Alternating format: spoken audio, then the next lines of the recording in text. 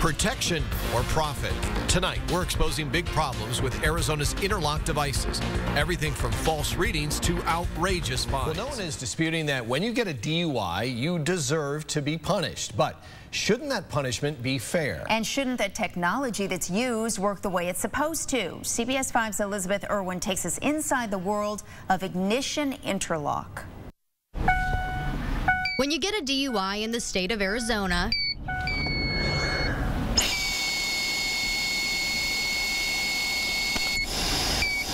you get one of these. It's an ignition interlock device designed to make sure you can't start your car if you've been drinking. It's a device much like a car alarm. Michael Roth owns one of those companies that provide the interlock devices. The state says you have to have one, but the devices themselves are installed by one of 9 private companies, like Roth's. We don't really regulate the company in itself in that way. Companies that pretty much police themselves to make sure these devices are working the way they should. But CBS 5 News has heard from more and more people who say that's just not happening.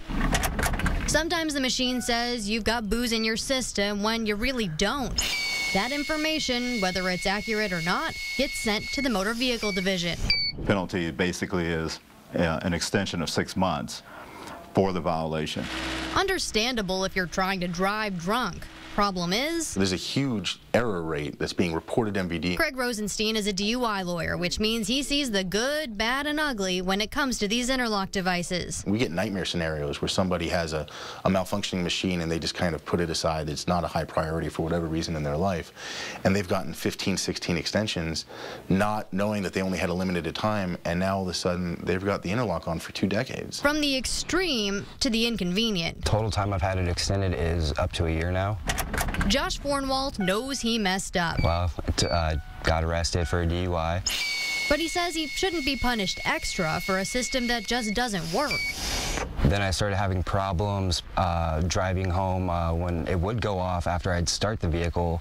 It'd tell me I failed again, or, it'd have me retest several times, in one trip. And that usually stems from fruit drinks or fruit-based drinks like Jamba juices or kind of smoothies, and you'll see somebody with a 0 BAC, and then a few minutes later they'll have a tremendously high BAC. It makes sense that alcohol-based stuff like mouthwash or cough syrup might set it off, but smoothies? The problem is really the technology. Technology, Rosenstein says we can't do much about, but what about those private companies that make money every time someone gets an extension? There's no real incentive to fix the equipment when it isn't working. In fact, you could argue there's more motivation not to. Your company makes money when folks get extensions, so what's to keep you from making more money rather than letting these people know that they've had an issue with their interlock? Nothing. Which means it's up to you to be a smart shopper if you've been slapped with a DUI.